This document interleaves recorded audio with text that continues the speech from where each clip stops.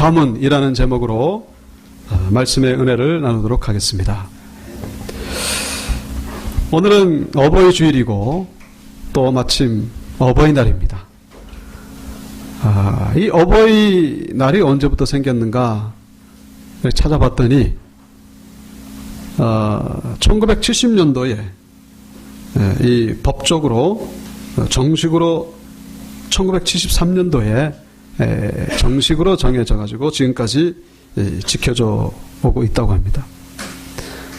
그런데 전 세계적으로 보면은 이미 이전부터 교회에서 만들어진 그런 기념날이었다는 것을 또 그 두산백과사전에서 그렇게 기록을 하고 있습니다.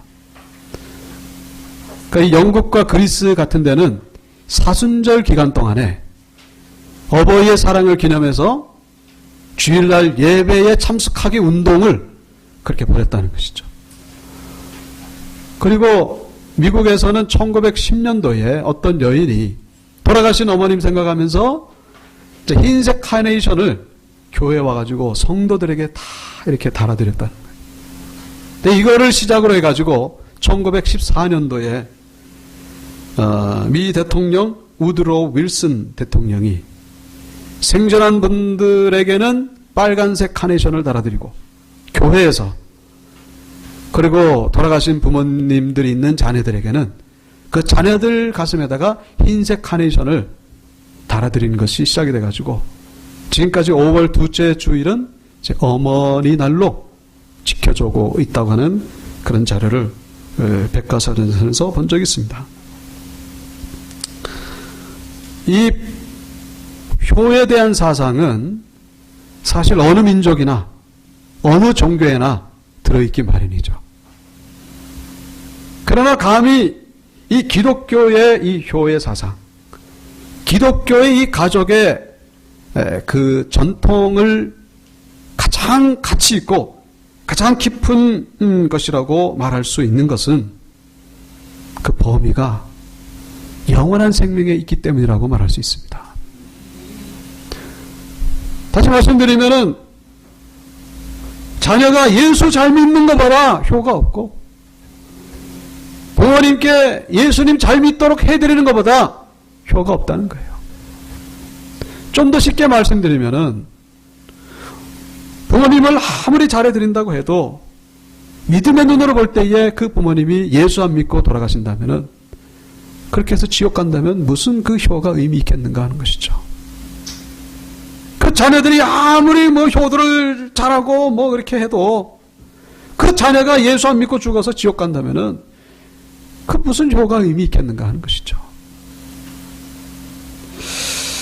그래서 우리 온유교회 성도님들의 가정은 정말로 예수 안에서 효를 행하는 그런 믿음의 가정들이 되시기를 바라고, 그런 가정들이 될 수 있도록 기도하는 성도님들이 되어야 될 줄로 믿습니다.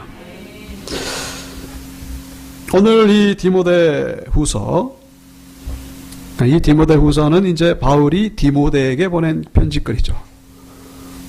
바울이 모두 한 13개의 편지글을 썼습니다만은 특별히 이 디모데후서가 특별합니다. 그 특별한 이유는 한 두 가지 정도인데, 첫째는 로마 감옥에 갇혀 있을 때에 이 편지를 썼다는 것이고, 그리고 두 번째는 순교당하기 직전에 쓴 최후의 서신서가 바로 디모데후서였다는 데서 그 이유를 찾아볼 수가 있죠. 바울이 자신이 죽을 거라는 걸 알았습니다. 그 죽기 직전에 가장 먼저 찾은 사람, 가장 간절하게 찾은 사람이 바로 디모데였다는 것은, 이 바울에게 있어서 디모데는 아주 특별한 사람이었다는 것을 알 수가 있죠. 죽기 직전에 생각나는 사람이 가장 특별한 사람이겠죠. 이 디모데가 특별한 이유가 무슨 인간적으로 배경이 좋아서 그런 것이 아닙니다. 무슨 뭐 집안이 좋고 무슨 부흥 강사고 뭐 그래서 이 디모데가 생각난 것이 아니라 바로 그 디모데에게는 바울이 기뻐하는 믿음이 있었기 때문이라고 성경은 말씀하고 있습니다. 디모데의 믿음, 디모데의 믿음이 특별했다는 거예요. 그런데 그 디모데의 믿음이 그냥 생긴 것이 아니라 어디서부터 왔다고요? 바로 그의 외할머니 로이스와 그의 어머니 유네게로부터 왔다고 오늘 본문은 말씀하고 있습니다. 그 디모데가 그냥 저절로 디모데가 된 게 아니라 믿음의 선조들의 배경 속에서, 믿음의 가문 속에서 나오게 되었다는 것을 우리에게 말씀해주고 있는 것이죠. 여러분, 이 믿음이라고 하는 것은 당대에서 잠깐 반짝하고 끊기는 그런 믿음이 아니라 계속해서 흘러가는 그런 믿음이 되어야 될 줄로 믿습니다. 그게 진짜 믿음이라고 말할 수 있어요. 후세에 이어서 계속 흘러가는 믿음. 그 생명은 생명을 잉태하기 마련이죠. 생명을 잉태하지 못한다는 것은 생명이 아니라는 얘기예요. 우리의 믿음이 진짜 생명이 있다면 우리 자녀들에게 당연히 생명 있는 믿음을 물려줘야 되는 것이죠. 당대에서 끝났다는 것은 그 믿음이 진짜가 아니라는 거예요. 물론 아직까지 우리 자녀들이 하나님께로 돌아오기를 위해서 인가 기도하는 그런 가정들이 있습니다만은, 그러나 정말로 그 기도하는 그 믿음에 생명이 있다면 반드시 응답될 줄을 믿으시기 바랍니다. 지금까지 수많은 사람들이 그런 경우를 우리에게 보여주고 있다는 거예요. 정말로 믿음의 기도는 하나님이 들으신다는 것이죠.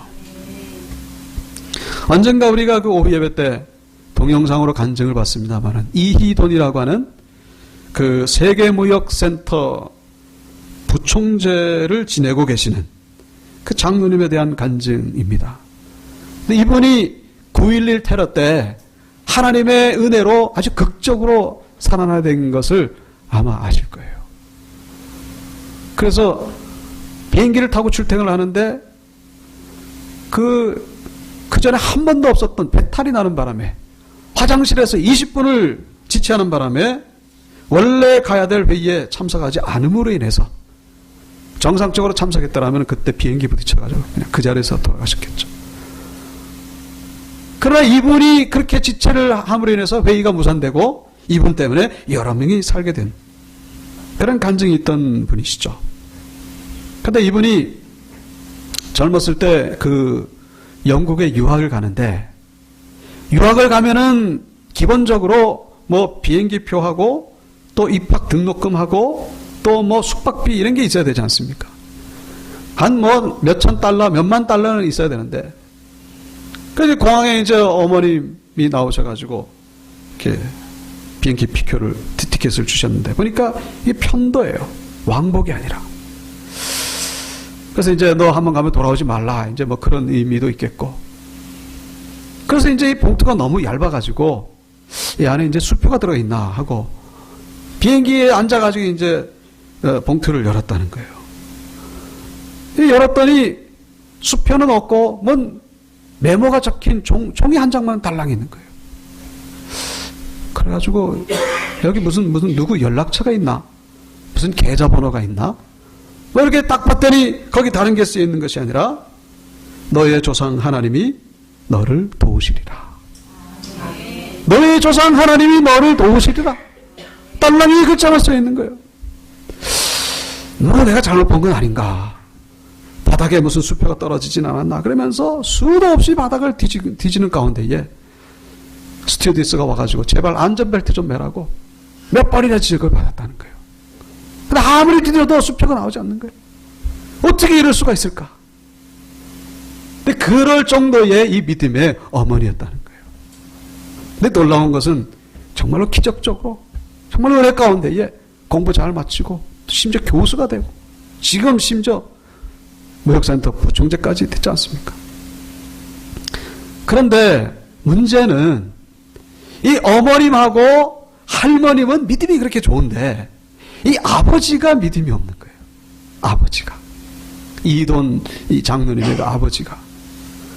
그래서 그 할머님이, 그러니까 그 믿음 없는 아버지 어머님이 아들 그 믿음 생기게 해달라고 92세 소천할 때까지 기도를 했는데도 결국 아들이 교회 나오는 걸 못 보고 돌아가신 거예요. 그렇게 믿음이 좋은 어머님이. 근데 놀라운 것은 이 아버지가 결국 그 아들로 인해 가지고 그 어머님이 못 봤던 그 예수 믿는 모습을 이 아들의 이 기도와 전도를 통해서 결국 85세 때에, 참 일찍 또 예수 믿게 됐죠. 85세 때에 예수님을 믿고 아주 충성된 믿음을 가지고 신앙생활을 했다고 하는 그런 동영상을 본 적이 있습니다. 어머님의 기도를 통해서 예수님을 영접하게 된 줄로 믿습니다. 어머님의 기도가 응답이 되었다는 거예요. 결국 믿음이 흘러가게 된 것이죠. 이 아브라함의 믿음이 이삭, 야곱, 요셉을 통해 흘러가듯이, 그리고 요게벳의 믿음이 그 아들 누굽니까? 모세를 통해 흘러가듯이, 그리고 한나의 그 믿음이 그 아들 사무엘을 통해 흘러가듯이, 그리고 이 모르드게 누굽니까? 바로 에스더의 외삼촌이죠. 이 모르드게가 자기 딸처럼 에스더를 믿음으로 양육했더니 그 믿음의 용사가 되었던 것을 볼 수가 있습니다.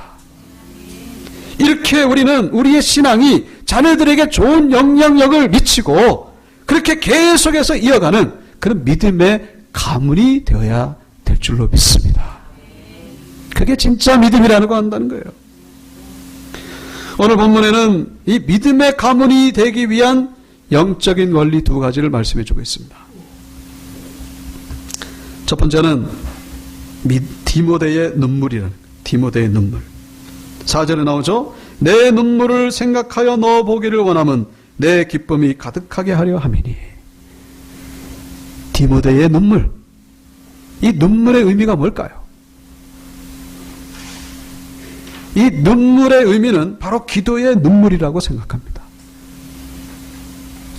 단지 이 디모데가 무슨 환경이 안 좋아가지고 뭐 여러 가지 고통스럽고 힘들어가지고 눈물을 흘렸다면은 바울이 기뻐할 이유가 있겠는가? 내 눈물을 생각하니까 내 기쁨이 가득하다는 거예요. 그런 단순한 어떤 그런 외형적으로 안 좋은 조건 때문에 그런 눈물을 흘리는 게 아니라 하나님 앞에 흘리는 영적인 기도의 눈물이었다는 것입니다. 여러분의 자녀가 하나님 전에 나와가지고 기도할 때마다 눈물로 기도한다고 생각해 보시기 바랍니다. 예? 얼마나 감사하고 기쁘겠습니까? 아무리 힘들어도 그 자식이 그 눈물에 기도하는 거 생각하면은 그 힘이 나는 거예요. 감사한 거예요. 기뻐한 겁니다. 바울이 지금 감옥에 갇혀가지고 죽을 때를 기다리고 있는데 그 디모데, 사랑하는 아들과 같은 디모데의 눈물의 기도를 생각하니까 기쁨이 넘쳐나는 거예요. 그게 위로가 되는 것입니다. 그런데 이런 눈물의 기도가 어디서부터 왔다고요? 바로 외조모 로이스와 어머니 유니게의 눈물을 본받았다는 것을 우리에게 말씀해 주고 있는 것이죠. 여러분, 눈물의 기도가 있을 때에 비로소 그 믿음이 자식들에게 전해져 간다는 사실을 기억하시기 바랍니다. 눈물의 기도가 없으면요, 절대로 이게 내려가질 않습니다. 기도하는 신앙이 진짜 신앙이기 때문에 그렇죠. 기도하지 않는 신앙은요, 그럼 가짜 신앙일 수 있다는 거예요. 기도만 하면은 진짜 신앙이냐? 물론 또 그거는 아닐 수 있겠죠. 그러나 진짜 신앙 속에는 반드시 기도가 포함된다는 사실을 잊지 마시고, 진짜 신앙 속에는 기도가 있어요. 기도가 없으면요, 그건 의심할 필요가 있습니다. 눈물의 기도가 없는 사람은요, 어떻게 될지 몰라요. 오늘 신앙생활 잘 하다가도 어느 땐가 가보면은 뭐 절에 나간다 그러고, 응? 뭐 어느새 뭐 예수 잘 믿었다 그랬는데 가보면 뭐 자살해서 죽었다 그러고, 뭐 예수 잘 믿는다고 하더니 그 권사했던 사람이 뭐 무당이 됐다 그러고. 왜 그렇습니까? 예? 뭐 다른 거 없어요. 눈물의 기도가 없어서 그렇다는 거예요. 교회만 왔다 갔다 하니까 그게 무슨 힘이 있고 그게 무슨 자녀들에게 좋은 영향력을 미칠 수 있겠는가 하는 거예요. 그거는 신앙이 아니에요. 그건 종교입니다. 종교. 그럼 엄마가 기독교니까 나는 뭐 다른 종교 가질 수 있지.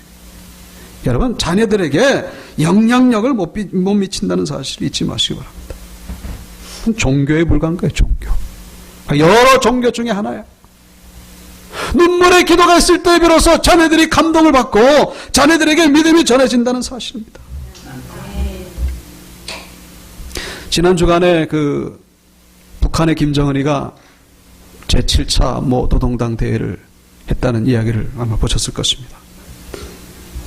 김정은의 지위를 높이기 위한 게 주 목적이었다고 이제 그런 해석들을 합니다만은 전 세계적으로 북한 같은 나라가 없다는 거예요. 3대에 걸쳐서 그렇게 나라의 수장을 해먹는 나라가 없다는 거예요. 그런데 놀라운 것은 이 김정은이의 증조 부모가 독실한 기독교인이었다는 것이죠. 그러니까 김일성이의 부모님, 그 아버지가 김형직이고 어머님이 강반석입니다. 강반석, 이것도요 베드로의 그런 의미가 있는 거예요. 강반석. 아시아의 슈바이처라고 하면은 장기려 박사님을 손꼽죠. 장기려 박사님이 김일성 뒷목 혹 수술할 때에 집도한 의사입니다. 그런데 이분이 수술하기 직전에 김일성이가 이 장기려 박사에게 기도해달라고, 그걸 기도 끝나고 아멘 했던, 이게 아주 유명한 일화로 남아 있습니다. 그리고 이 김일성이의 친가 외가 쪽에 장로님들도 많이 계시고 목사님도 많이 계십니다. 근데 왜 저 지경이 됐을까요? 왜 저 꼴이 됐을까요? 여러분, 만약에 정말 이 김형직과 이 강반석 이 두 분이 정말 눈물의 기도가 있었다면은 과연 저렇게 됐겠는가? 저는 절대로 그렇게 되지 않았을 것이라고 확신합니다. 신앙은 있었겠죠. 그러나 오늘 본문에 나오는 이 로이스와 유리게 같은 그런 눈물의 기도가 없었다는 것이 결정적인 이유임을 우리가 잊어서는 안 된다는 것입니다. 눈물의 기도가 없는 신앙은요, 믿을 수가 없어요. 어떻게 될지 아무도 모른다는 거예요. 여러분, 믿음의 부모라고 했던 김영직 강광석의 아들 김일성이가 왜 신앙을 못 물려받았습니까? 김일성이가 천국 갔겠습니까? 지옥 갔겠습니까? 묻는 제가 잘못이겠죠. 바로 눈물의 기도가 없었다는 거예요. 사랑하는 성도 여러분, 여러분의 가정은 눈물의 기도를 통해서, 그래서 이 신앙이 자손 대대로 흘러가는 그런 믿음의 가문이 될 수 있기를 주의 이름으로 축원합니다. 두 번째, 거짓이 없는 믿음이 바로 디모데가 물려받은 믿음이라는 거예요. 오늘 5절에 나오죠. 이는 내 속에 뭐가 있다고요? 거짓이 없는 믿음이 있음을 생각함이라. 거짓이 없는 믿음. 거짓이 없는 믿음이란 뭘까요? 이 거짓이 없는 믿음이란 우선은 이 바른 믿음을 얘기하는 거예요. 거짓된 교리, 거짓된 사상, 어떤 외식, 왜곡된 성경관, 이런 게 아니라 이 바른 신앙관, 바른 성경관, 이게 바로 거짓 없는 믿음이라는 것이죠. 좀 전에 말씀드린 이 김일성, 이 사람에게 없었던 것이 눈물의 기도가 없었던 것이고, 또 한 가지 없었던 것이 바른 성경관이 없었다. 김일성이가 생각하기를 이 공산주의와 초대교회는 같다라고 생각했다는 거예요. 공산주의와 초대교회가 이 유무상통하는 게 같다는 거예요. 그렇게 해서 나온 단어들이 기독교 공산주의, 이런 단어가 생겼습니다. 성경을 잘못 알고 있었던 거예요. 왜곡된 성경관이 이 공산주의와 기독교를 짬뽕시켰다는 거예요. 합리화시켰다는 것이죠. 여러분, 공산주의와 초대교회가 같다고 생각하십니까? 극과 극이에요. 극과 극. 왜요? 공산주의는 무신론입니다. 공산주의는 강제예요, 강제. 그러나 초대교회는 하나님의 은혜로 사랑으로 하나 된 공동체가 바로 초대교회였던 것이죠. 잘못된 신앙이 바로 잘못된 행동으로 잘못된 이데올로기를 만들어낸다는 사실을 우리가 이 지금 북한의 모습을 통해서 분명히 알 수가 있는 것이죠. 아주 공산주의의 진수를 우리에게 보여주고 있습니다.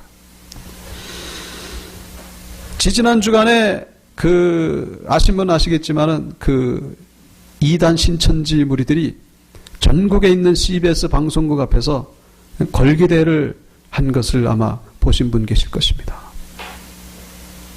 그 수많은 신천지 집단들 가운데에 기존의 신앙인들이 거의 다예요. 불신자들 전도해가지고 신천지인 된 사람들은 거의 없습니다. 거의 다가 교회에 있던 사람들이 거의 다 간 거예요. 기독교라고 하지만 왜 이렇게 다른 겁니까? 저들은 기독교가 아니죠. 이만희교입니다. 이만희교. 제가 이게 신천지 찬송가입니다. 여기 많이 있습니다만은 43장에 보면은 맑은 물과 곧은 길이 그래가지고 온 천하 만민들아 시온산에 올라가서 오늘 나신 만희왕을 기쁨으로 맞이하자. 오늘 나신 만희왕께 찬양하며 경배하자. 이게 그냥 아주 단적인 예입니다. 그런 얘기가 많아요. 왜 그렇습니까? 이 거짓된 믿음에 넘어간 거예요. 잘못된 성경만에 넘어간 것입니다. 신천지만 그렇습니까? 이단들이 얼마나 많은지 몰라요. 얼마나 그냥 이단의 족보를 들여다보면요. 정말 기가 막힙니다. 기가 막혀요. 여러분, 바른 신앙이 얼마나 중요한지를 여러분 깨달으시고 바른 성경관을 가지는 그런 분들이 되시길 바랍니다. 거짓 없는 믿음. 잘못된 믿음이 아니라 올바른 믿음 가진 것이 얼마나 중요한지 몰라요. 그리고 또 한 가지 거짓 없는 믿음이라고 하는 것은 어린아이 같은 순수한 믿음을 말하는 것입니다. 의심 없는 믿음을 말하는 거예요. 정말로 믿는 것입니다. 하나님은 정말 살아계시고 내가 죽으면 천국 갈 것이고 이 성경 말씀은 정말 하나님의 말씀인 것을 믿습니다. 이 어린아이 같은 믿음이 있을 때에 그때 비로소 믿음이 우리 자녀들에게 전해질 수가 있다는 것입니다. 그때 비로소 믿음의 가문이 된다는 거예요. 송파구 거여동 251의 40번지에 지금도 가보시면은 임마누엘 집이라고 하는 장애인 재활원이 있습니다. 이곳에 장애인 300여 명이 정부의 지원을 받아서 그렇게 생활하는데 놀라운 것은 이제 저 안에 이제 임마누엘 또 교회라고 있어요. 근데 교회에서 1년에 한 번씩 그 어려운 노인분들 또 학생들에게 장학금을 주는데 한 4천만 원, 5천만 원씩 줘요. 그래가지고 국무총리가 몇 번 다녀갔던 그런 곳입니다. 근데 그 사역의 중심에는 비록 역시 장애인이에요.